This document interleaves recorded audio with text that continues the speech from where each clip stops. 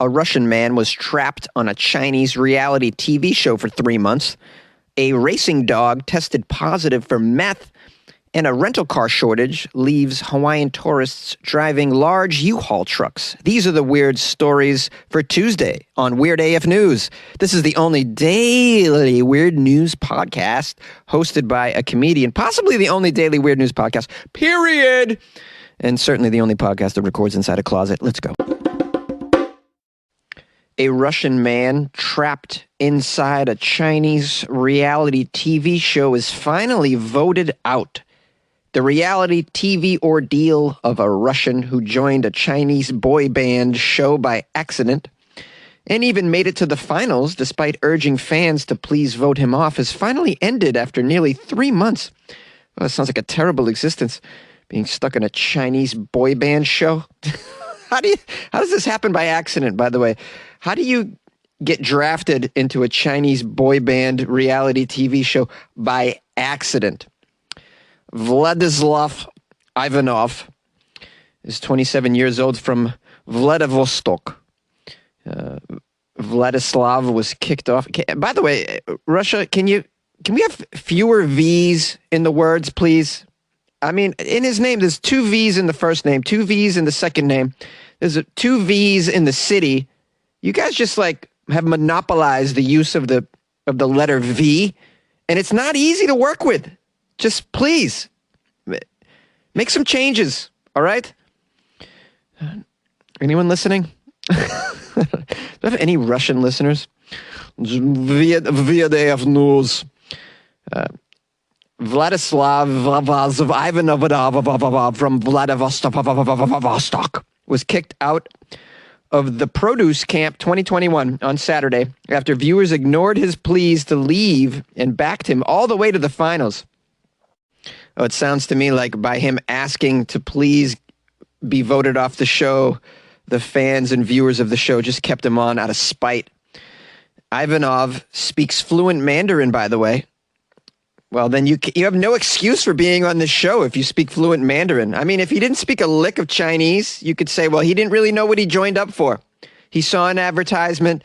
He thought it was to go watch a live boy band while he was on vacation in China. Turns out, no, sir, you've signed up for a boy band reality TV show.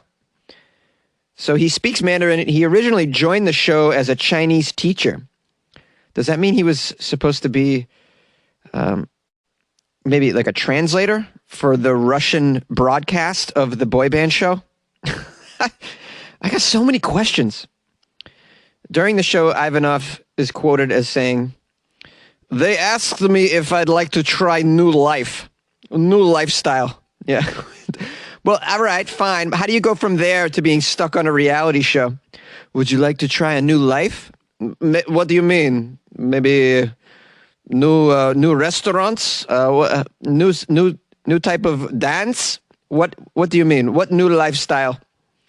No, sir, we're going to sign you up for a reality TV show and not let you leave the country for 3 months. How about that? You speak Chinese. Sign here on the dotted line. This guy knows what he's getting into. How? He appeared to regret his decision immediately. So he knew, but then saw oh no, I'm stuck in reality TV. You know, I'd imagine reality TV in Asia is much more all-engrossing than anywhere else. I mean, have you seen Japanese game shows? These things are crazy. I'd imagine their reality TV is also nuts. He couldn't leave the show without breaching contract, though. Now, this Russian's lack of enthusiasm on the TV show played out in half-hearted singing, rapping, and dancing alongside the other more eager contestants. Oh, this sounds hilarious then. I would totally be into watching this, and I would not have allowed him to leave the show. He doesn't want to rap and dance, and they make him do it on the TV show. Yes, okay. Here I go. Everybody, rock your body, back streets, back. All right. Oh, please vote me off. Imagine him with the more eager contestants rapping with in Chinese, but with a Russian accent. The whole thing is absolutely psychedelic. He performed under the stage name Lelouch. He urged the viewers and the public to please vote him off this reality show, saying that he did not want to be among the 11 winners of the show who were contractually obligated to form a boy band. So if you make it to the final 11, you're obliged to be in a boy band in China. Oh, this is like a living hell. And by the way, how large are your damn boy bands in China? 11? That's way too many. Way too many boys in that band. 5. 5 is the number. Going all the way back to, was there 5 or 6 in New Kids on the Block? By the way, I'm very proud to say, like, you know, from Boston, New Kids on the Block were one of the first super boy bands to, make a name. I want to say there was 5 of them. And then there on out, it was mostly 5. NSYNC, 5, right? Backstreet Boys, 5. Am I missing any? Yeah, there's so many. Now, the viewers loved his sad, dour persona. They kept him in the running for 3 months on the show. The viewers were like, this is what we want. Some just unenthusiastic Russian who seems to be trapped in a reality show. We want to see this. I would too. I'm going to be honest with you. I would keep this person on the show. There's something about our human nature. At times, we just love to see somebody suffer from afar, knowing it's not us. Now, the Russian star made it to the final episode of the show over the weekend, where he failed to earn enough votes to actually join the boy band. Ooh, he must have been relieved. He was quoted as saying after the show, "I'm finally getting off work." Sheesh. A race dog has tested positive for meth, and a trainer has been disqualified. A dog trainer in New Zealand has been disqualified from racing after one of her winning greyhounds tested positive for meth. Unfortunately, this is true. Here's what happened. Trainer Angela Helen Turnwald and her dog Zipping Sarah secured first place at the Addington Raceway in Christchurch, earning a $4,000 prize, but the money never made it to her pockets after her winning dog's post-race urine test was flagged for amphetamines and methamphetamines. The Judicial Control Authority for Racing has investigated. This seems to be a problem in the dog racing industry. I'd imagine perhaps in the horse racing industry as well. I don't know how I feel about my dogs being on meth. I'd imagine it could give them a heart attack. I don't like that. I'm a big fan of performance-enhancing drugs, though, if we're being honest. I want my Major League Baseball players to be able to hit 600-foot home runs. I'm totally on board with that. And let's allow it in soccer as well, because there's not enough scoring going on. It's the American way, man. More points on the board. Now, the Judicial Control Authority for Racing is investigated, as I said, and it was unable to determine a deliberate wrongdoing, but an example had to be made for the rest of dog racing, and the trainer was hit with a 4-month ban from competition.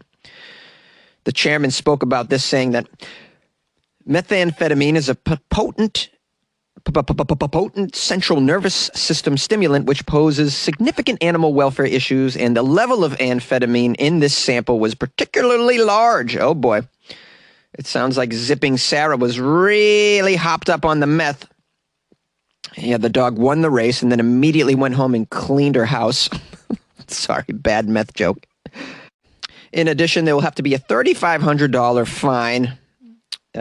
Now, they've added that Turnwald, the trainer, had previously a spotless record, but they have to show a zero-tolerance policy here when it comes to illegal performance-enhancing substances, especially in these races. There's a lot of money at stake, so I understand it. And, of course, the health of the dogs. I'd imagine they don't treat these dogs very well anyways overall. I don't know much about the Greyhound racing industry. I went to one Greyhound racing back in Massachusetts in, what was the name of that place? I think it's on Route 1, north of Boston.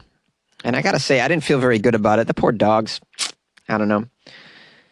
It's like, it's something that maybe can be replaced by digital dogs. I just saw a story about digital horse racing is happening. People are buying and training horses digitally in the world of virtual reality, and you can race your virtual horse. There's actual money being bet, and maybe that's the future of dog racing and horse racing. I don't know. You guys into it? Call the show, 646-450-2012.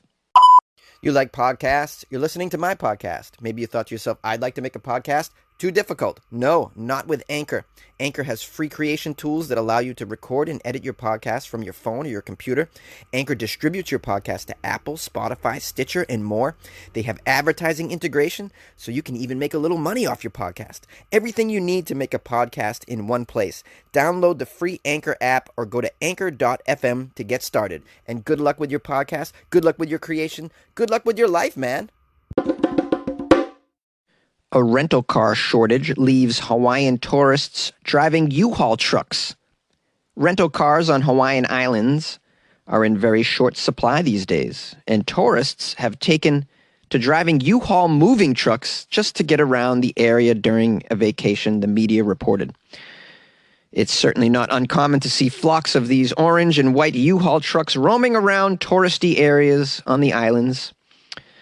As prices for traditional rental cars hover to around $1,000 a day. That is very expensive to rent a car on the Hawaiian Islands. And what are you doing? Just don't rent a car.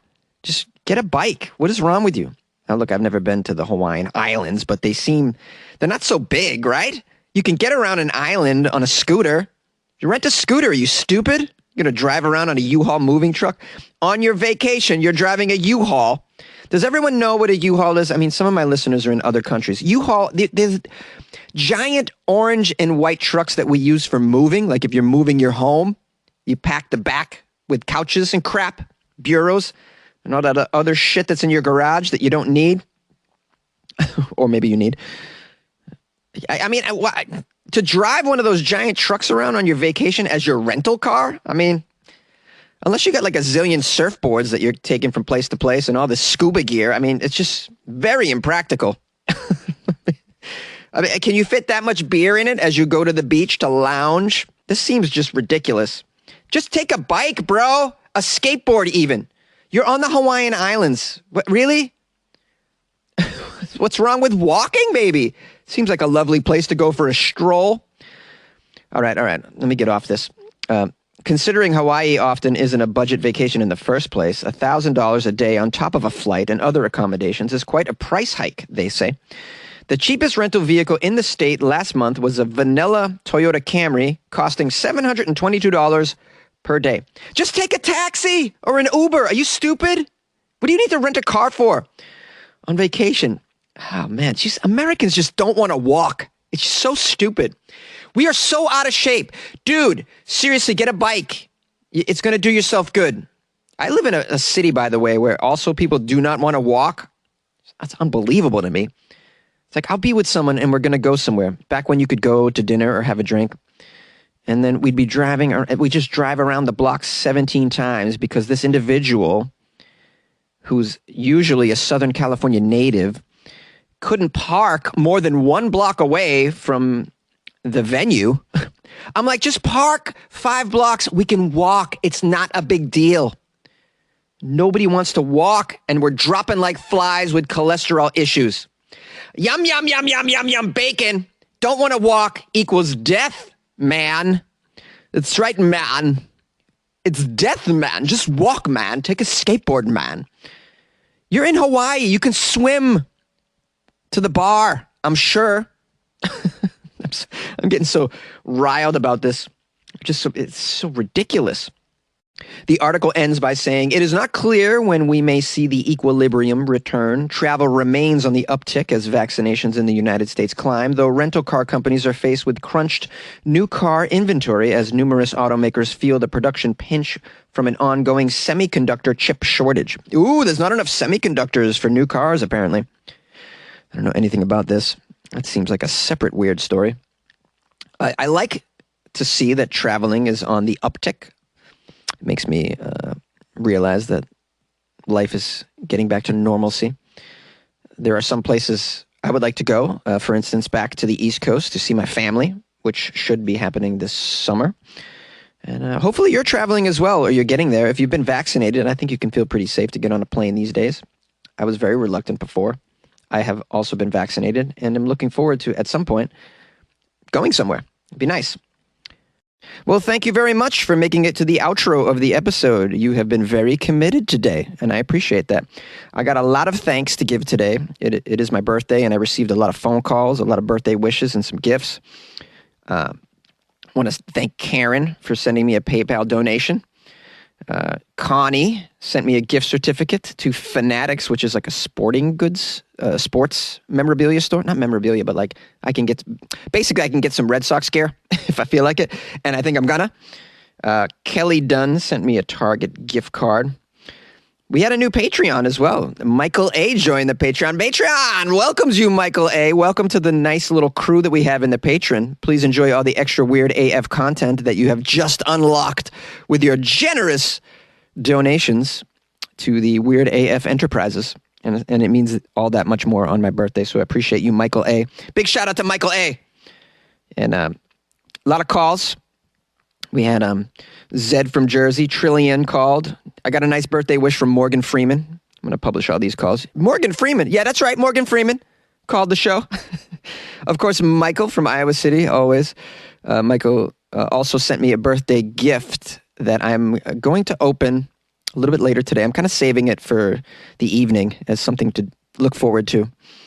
Because I didn't really get, I don't know, you hit a certain age, you don't really get birthday gifts that you can open, you know? You get cards, but this is like an actual birthday gift I can open. It's a box, and so I'm just saving it for tonight. I'm like, ooh, maybe I'll have myself a nice frosty beverage and open this birthday gift all on my own lonesome.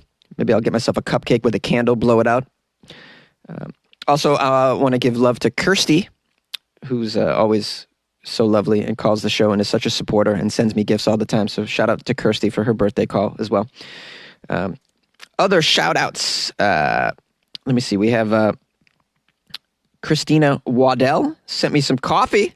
She bought me some coffee right off the Weird AF News website. You guys can do that as well. WeirdAFnews.com. You can click on Buy Jonesy Coffee. So Christina Waddell and Josh Galarpe sent me coffee as well. Josh has sent me coffee before. I believe Christina has too. Thank you, guys. And this morning, for my birthday, I actually splurged and got myself a $6, what was it called? A nitro cold brew? Have you had one of these? Unbelievable. I think I still have it running through my veins as I record this. That was delicious, by the way. Yeah, well, you know, when it's your birthday, you just step into the coffee shop like, hey, man, what's the most expensive thing I can get? It's my birthday. Hook it up. They're like, dude, if you get like the nitro brew, man, that's like really strong, man. Your head might just pop right off your torso, man. I was like, give me that. Give me. Okay, so what else? I want to give a shout out to someone who sent me a message from Kenya. It's very special. Somebody in Kenya. I believe I have 2 people that listen in Kenya. This is pretty impressive. I'm blown away by the fact that there's somebody in Kenya that likes the show. It's Timo. Timo, shout out to you for reaching out to me. If you're in a very weird, faraway place, I'm not saying that Timo's in a weird place, but definitely a faraway place that I would never expect to get a listener, please reach out, because I just think that's so cool. You don't have to, listen, I'm not saying, you don't have to do anything except for be like, yo, I'm here, and I listen. That's all the commitment I'm looking for. Also, a shout out to some listeners from Maine, fellow New Englanders, who reached out to me on Instagram, Moose and Mermaid. Shout out to this couple in Maine. They work together at home, and they listen to the show every morning, so that's pretty cool. When I got Maynards, you know, anytime a Maynard can get a podcast, you know, I'm just pleased, because if you've ever been up in Maine, it's like, where's the electricity? Do you even have Wi-Fi? What is going on up there? Just got some moose, that's about it. I'm like, how do you watch the Red Sox up here? How do you do it? How does Stephen King do it? Is Stephen King the only one with Wi-Fi in Maine? I'd like to know. Jokes, guys, jokes. Seriously, shout out. Big shout outs. Did I cover everybody that I wanted to cover? Yeah, there's going to be some more calls and birthday wishes rolling in after I record this, and so I'll make sure to get to everybody and give you all a thank you. I just wanted to give an initial thank you to these peeps who reached out early and showed some love on my birthday. It's going to be well, by the time you listen to this, my birthday may be over, but it was a good one. It's pretty good. And I'm very fortunate, and I'm very thankful to have such supportive listeners of the show who appreciate me, and they show it very often. And it makes me, I think I'm a very lucky guy, is what I'm saying. And I appreciate all of you. And yeah, hope you enjoyed the show today. Hi, Jonesy. It's Trillian from Twitter. I just had to call and wish you a happy birthday today because, you know, everyone made such an effort to make sure we knew it was your birthday, especially Michael, who's such an amazing guy. I love listening to him and his calls in. And, well, it's my first time calling, but I've been listening to you since 2018, so I figured I'm going to call and wish you a happy birthday today and all the best, and keep on doing what you do, Jonesy. You're just weird. We love you. Bye. I hope you have a very happy birthday, Jonesy, and that it is nothing like the many, many nights Andy Dufresne spent at Shawshank Prison when those old black guards would pass him around like he was a bottle of moonshine at a hillbilly hoedown.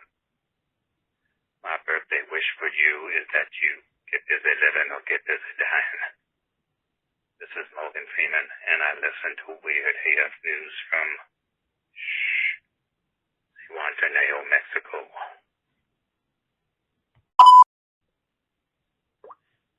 Oh, hello, Jonesy. Happy birthday, baby. This is Florida calling by little Boston baked bean. Did you ever notice how I look like a limp penis dangling down off of the rest of the country? Well, with so many old men down here in me, it only makes sense that there'd be a dangly penis, and those Florida keys, they look like urine dribbling down out of that penis. Well, if you ever came down here and visited me, Jonesy, and were down here inside of me, I think that, whoop, I'd get an erection, and I'd be pointing off over towards England, and those Florida keys would look like bloop, bloop, bloop, a big orgasm going off, shooting off over towards England. Look out, Queen Elizabeth, here I come. Oh, Jonesy, you know I'm your transgender queen. That only makes sense with me being the state of Florida. Anyway, if you came down here, I could teach you so much. You know how they say I would take you under my wing? Well, Jonesy, I would take you under my swing. Woo! And then I'd be your Boston cream pie. Anyway, happy birthday, baby. Love you. Mwah. Jonesy, what's good with you, homie? This is Ed from Jersey calling. And I'm just calling to wish you a happy birthday, brother. Love you, love what you do. Listen to you every morning. I just want to say you're appreciated, man. Keep doing what you're doing. Peace. Hey, Jonesy, it's KRISTY. Firstly, happy birthday. Hope you have as good a day as you can at the minute. And be safe. Secondly, the Japanese guy dating 35 women. What the hell? I dated 2 women at the same time once, and that was tricky enough. So, definitely not going there. Don't know how we managed that. And then, the ashes. I've told my partner that when I go, I want to be thrown inside an active volcano. Because I love volcanoes. I know it's a weird one, but you said the weirder the better, so there you go. Throw me in a volcano. Don't even have a funeral, just throw me in a volcano. That's cremation in itself, isn't it, really? So yeah, that's me. Hope you have a good day again. Love ya. Alexa, hang up.